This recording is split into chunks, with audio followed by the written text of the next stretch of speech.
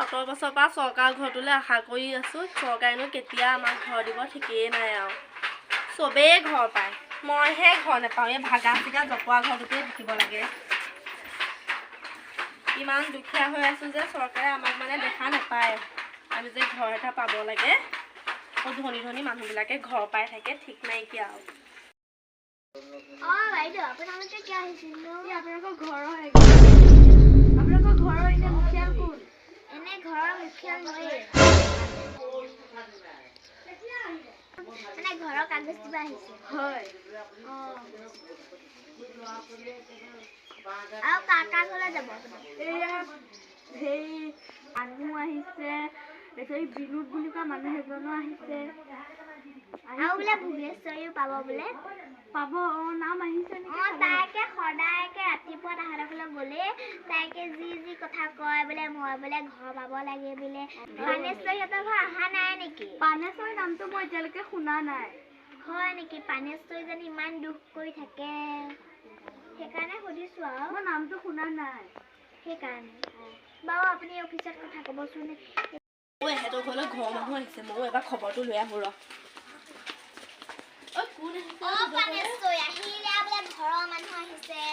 আপোনালোকে কি ঘৰ দিব নেকি? বোলে পানেশ্বৰী নামটো আছে নেকি? বোলে নাইয়ে বোলে পানেশ্বৰী নাম। আমি যে অত বছৰ পৰা যে ঘৰ কৰি আছো, আমি কিয় ঘৰ পোৱা নাই এতিয়া? সেইটো অফিচে জানিব, আমি দিবলৈহে আহিছোঁ। অফিচৰ লগত যোগাযোগ কৰিব লাগিব। এপ্লাই কৰিছোঁ, আমি ঘৰ এপ্লাই কৰিছোঁ, এতিয়ালৈকে আমাক ঘৰ দিয়া নেকি? আমি 18 চনৰ পৰাই কৰি আছোঁ, কিন্তু চৰকাৰে আমাক বহুত ধনী বুলি ভাবে হ'বলা, সেইকাৰণে আমাক নিদিয়ে। আমাৰ এতিয়া ঘৰটো আহিছেহে। কত ধনী ধনী মানুহে ঘৰ পাই আছে, কিন্তু আমি ইমান দুখীয়া মানুহ পেলাই আমাক ঘৰ এটা দিয়া নাইকিয়া। আপোনালোকে চাব আহকচোন। এইটো ঘৰত থাকোঁ মই এটা ভাল পকা ঘৰ পাব লাগে নে নালাগে? আপোনালোকে নিজে কওক। লাগে এইটোতো এতিয়া আমি বহি লওক। চাওকচোন, আমি ইমান ভাগা চিঙা ঘৰত থাকোঁ, চৰকাৰেতো আমাক ঘৰ এটা দিব পাৰে। আমি কি ধনী মানুহ নেকি বাৰু বহুত? এতিয়াতো আমি সেইবিলাক কথা একো নাজানো, আমি দিবলৈহে আহিছোঁ। এতিয়া যিখিনি অফিচৰ পৰা আহিছে, ইমান ধনী ধনী মানুহে ঘৰ পায়, ইমান ভাল ভাল মানুহে ঘৰ পায়। আমাৰ এইটো ভাগা চিগা ঘৰ, এটা মানুহে ইনকাম কৰে, 5টা মানুহে খাওঁ, কিন্তু চৰকাৰে কি আমাক বহুত ধনী বুলি ভাবিছে নেকি? আমাক যে ঘৰ এটা নিদিয়ে। বেলেগ পকা ঘৰ থকা মানুহে ঘৰ পাই আছে। এইবিলাক বহুত এতিয়া জেং হৈ আছে। আপোনালোকৰ নিচিনা বহুত মানুহে ঘৰ পোৱা নাই। চৰকাৰে ভালকে চাই চিন্তি দিব লাগে, যাক দিব লাগে তাক দিয়া নাইকিয়া, যাক দিব নালাগে তাক দি ফুৰিছে। চৰকাৰ নামৰ আজিলৈকে একো নাপালোঁ, না ঘৰ পালোঁ, না লেট্ৰিন পালোঁ, না কিবা পালোঁ। আহিলেও মানুহে নিদিয়ে নে কি নাজানো। প্ৰথমতে ঘৰ কৰিছিলোঁ, মানুহে কয় এটা বোলে ইটা থাকিলে বোলে ঘৰ নিদিয়ে। দেখিছো পিছত কত এটাকে এটা পকা ঘৰ থকা মানুহেও ঘৰ পাই আছে। আমি কিমান দুখীয়া আমিহে জানো। মানুহে ঘৰ এটা দেখিলেই হৈছে নেকি? ঘৰটো কেনেকে বনাইছে খা সুধিছে বা কোনোবাই ঘৰ এটা বনালে বোলে আপোনালোকৰ কিছুমান মানুহে কয় বোলে একেবাৰে পকা ঘৰ থাকিলে ঘৰ নিদিয়ে। আৰে পিনটো মানুহে কেনেকে গাঠিছে গৃহস্থ ঘৰহে জানে, ধাৰ কৰিও গাঠিব পাৰে, কষ্ট পইচা লৈ গাঠিব পাৰে। কিছুমানে আজিকালি বন্ধন গোটৰ লোন লৈ পেলাই হেৰি কৰে। কেতিয়াবা ভাত এসাঁজ খায়, কেতিয়াবা দিনৰ ভাতকেইটাকে ৰাতিও খায়। পইচা অভাৱত আমি এনেকে থাকিব লাগে। ঘৰটোতো নাপালোৱে, চৰকাৰৰ পৰা আনকি কাৰ্ডখনো পোৱা নাইকিয়া। আৰে আমি কিমান দুখীয়া মানুহ আমিহে জানো। দিন হাজিৰা কৰি খাওঁ, কিন্তু এখনতো ৰেচন কাৰ্ড দিব পাৰে। চব দৌৰি দৌৰি আহে, কিন্তু পিছত আকৌ মানুহে খাইছেনে আছেনে কেনেকে আছে সেইবিলাক সুধিব নাহে।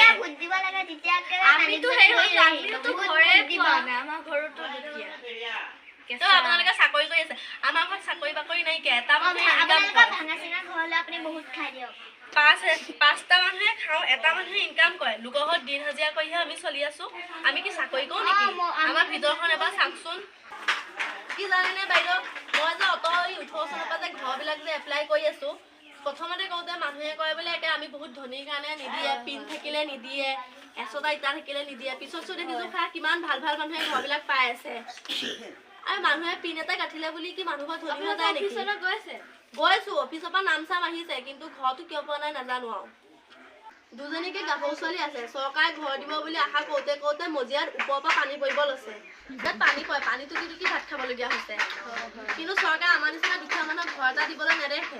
সেই ক'ত ধনী ধনী মানুহবিলাকক ঘৰ দেখায়। মাটি দেখালে বোলে একেবাৰে ঘৰ দিয়ে, মাটি দেখালে ঘৰ দিয়ে। আমি এতিয়া দুখীয়া মানুহে মাটি ক'ৰ পৰা দেখাম? এতিয়া মাটি যদি আমি লাখ টকা দি কিনিবই পাৰোঁ, তেনেহ'লে আমি ঘৰটো বনাই ল'ব পাৰিলোঁ হয়।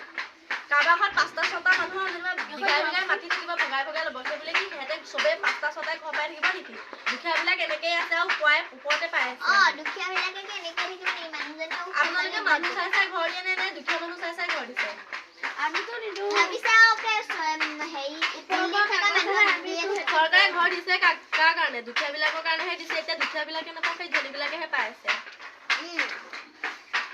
ঘৰটো নাপালোৱে, লেট্ৰিনটোও নাপালোঁ। লেট্ৰিনটো আগতেই আহিছিলে। 18 চনৰ পৰা আজি 23 চনত সোমালেহি, এতিয়ালৈকে ঘৰ এটা নাপালোঁ। নামো আহিছিলে বোলে ঘৰত। আপোনালোকে কৈ লাভ নাই, কিন্তু আপোনালোকে বহুত বেয়া কাম কৰিছে। আপোনালোকেও ক'ব পিছতকে। মানুহৰ বাহিৰটো ভাল দেখিলেই নহ'ব নহয়। মানুহৰ বাহিৰটো ভাল দেখিলেই নহ'ব নহয়। বাহিৰটো মানুহে ক'ৰ পৰা বনাইছে সেইটো গৃহস্থইহে জানিব। কিমান কষ্ট কৰি এটা মানুহে 5টা মানুহে খুৱাইছে। চৰকাৰৰ পৰা একো সুবিধা নাপালোঁ। আজিলৈকে 12 বছৰ ধৰি এটা বিকলাংগ পোৱালি থাকিলে চৰকাৰে একো এটা সুবিধা নিদিলে। চৰকাৰ বস্তু আশা কৰাটোৱে খজতি হৈ মোৰ ভৰিখন গেলি গৈছে। মলম এটা আনিবলৈ পইচা এটা নাই। আমাৰ নিচিনা যদি দুখীয়া দুখীয়া মানুহবিলাকক যদি চৰকাৰে সহায় নকৰে, তেনেহ'লে সহায় কৰিব কাক? যি এখন অৰুণোদয়ৰ নামত 1000 টকাকে পাইছিলোঁ, সেই অৰুণোদয় পইচাটোও কাটা গ'লগে। আমি ইমান ধনী মানুহ নে একেবাৰে আমাক একোৱে মানে চব ফালৰ পৰা বঞ্চিত। ইফালে ৰেচন কাৰ্ড এখন হ'লে ল'ৰা ছোৱালীকেইটা স্কুলৰ কলেজত কিমান লাগি থাকে। ইটো সিটোত আজিকালি ৰেচন কাৰ্ড নহ'লেই নহয়। বেমাৰ এটা দেখাব গ'লেও ৰেচন কাৰ্ড লাগে। আৰে সেই ৰেচন কাৰ্ডখনকে দিয়কচোন, এতিয়ালৈকে কাৰ্ডখনেই নাইকিয়া। এইজনী আপোনালোকৰ লগত কোন আহিছে অ? যোনে আহিছে তইনো একেবাৰে কোন আহিছে সেইবিলাক খবৰ ল'বলৈ কি দৰকাৰ? আজিও বহুত খং উঠি আছে, সঁচা কথাই কৈছো। এই 4-5 বছৰ ঘৰ পকত দৌৰি দৌৰি মাথা চাথা বেয়া হৈ গৈছে গৈ। নালাগে বহুত আশা কৰিছিলো চৰকাৰ বস্তু পাম বুলি, বহুত আশা কৰিছিলো। ঘৰটোক লৈ বহুত আশা কৰিছিলো। 3 বছৰ 4 বছৰ ধৰি নাই চেনি চাহ পাতে নাইকিয়া, ক'ৰ পৰা চাহ খুৱাম? আমি দিন হাজিৰা কৰি খোৱা মানুহবিলাককতো দিব লাগে ন। বাহিৰৰ ঘৰটো যেনিবা অকণমান ভাল দেখিলে মানুহবোৰ বৰ ধনী। ল'ৰা ছোৱালীক পঢ়াইছে, ঘৰ চলাইছে, তাৰ উপৰিও এটা অট 12 বছৰ ধৰি বিকলাংগ পোৱালি চিকিৎসা কৰিছে। এটা মানুহে হাজিৰা কৰিব, অট সোপা মানুহক খুৱাই বোৱাই ৰাখিছে। সেই ঘৰটো আশাত আছিলো, চৰকাৰে সেই ঘৰটোও নিদিলে। ঘৰটোতো নাপালো। এতিয়া কি বুলি কয় এখন ৰেচন কাৰ্ডখনো নাপাওঁ। এখন বোলে কাৰ্ড, এতিয়া বোলে কাৰ্ড এখন বোলে কৰিব গ'লে কিবাকে 800-1000 টকা ভৰি বোলে কিবা চাৰ্টিফাইড নে কি কপিয়ে উলিয়াব লাগে। 1000 টকা দি যদি কপি উলিয়াব পাৰোঁ, তেনেহ'লে সেইকেইটা চাউল আমি একেবাৰে কিনিও খাব পাৰিম। ইমান পইচা থকা হয় আৰু আমি সেই ৰিটেইলৰ কাৰ্ডখনৰ আশাতেই নাথাকিলো হয়। পইচা পাতি নাই কাৰণেহে ধনী হোৱা হয় জানে এইবিলাক বস্তু পাতি ইমান আশা কৰি থাকিলো হয়। চাকৰি বাকৰি থকা হয়তো চিন্তাই নাইকিয়া। আৰু ঘৰত এতিয়া ইনকামৰ প্ৰথম মাত্ৰ এটা মানুহে উপাৰ্জন কৰে, আমি 4টা মানুহে খাওঁ। জানে বাইদেউ, মই একদম সঁচা কথা কৈছোঁ। মোৰ একে মনৰ দুখবিলাক মই আপোনালোকৰ আগত কৈ দিছোঁ। আৰু ভাবি আছিলোঁ ঘৰত এইবাৰ যোনে ঘৰৰ কথা সুধিব আহিব সেই মানুহকেই মই ক'ম। আমাৰ যে একে কি কৰিলে জানে নাই, ঘৰ চৰ চাই কৰি ফটো চটো মাৰি কৰি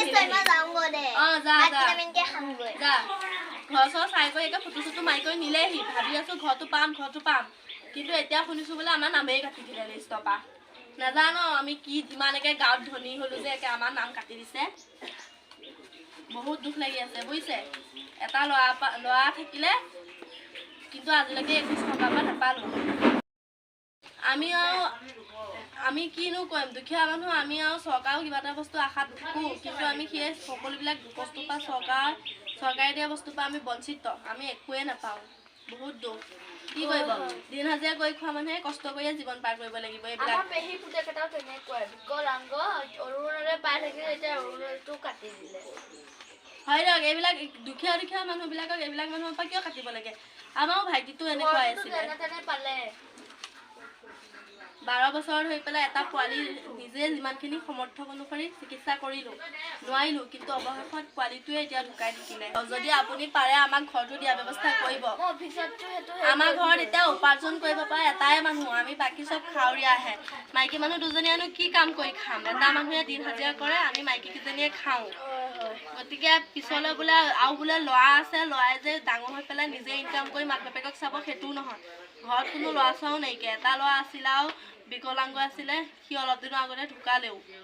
এতিয়াও গতিকে ঘৰখনৰ মানুহজনৰ কথা চিন্তা কৰি আপোনালোকে ঘৰটো যাতে দিয়ক আৰু পাৰিলে ৰেচন কাৰ্ডখনৰ ব্যৱস্থাটো আপুনি কৰি দিব। আপোনালোকৰ SDC আগত আমাৰ কথাখিনি ক'ব। হ'ব দিয়ক। ৰেচন কাৰ্ডখন হ'লেও আমাৰ নিচিনা দুখীয়া মানুহৰ বহুত সহায় হয়। এতিয়া কিমান 20 টকা 15 টকাকৈ চাউল কিনি খোৱাটো হ'ব বাৰু, মই অফিচত কি ক'ব লাগে ক'ম। আমি ইমান প্ৰতি মাহে মাহে চাউল কিনি খোৱাটোতো মুখৰ কথা নহয়। গতিকে কাৰ্ডখনে আৰু ঘৰটো বাৰু আশা নকৰোঁ, ঘৰটো বাদ দিলোঁ আৰু পালেও পাম নাপালেও নাই, কিন্তু কাৰ্ডখনৰ ব্যৱস্থাটো কৰি দিয়ক, আমাৰ উপায় নাইকিয়া হৈছে। হ'ব দিয়ক, বেয়া চেয়া নাপাব, মনত বহুত দুখ আছিলে কাৰণে কৈ দিলোঁ আৰু বেয়া চেয়া নাপাব।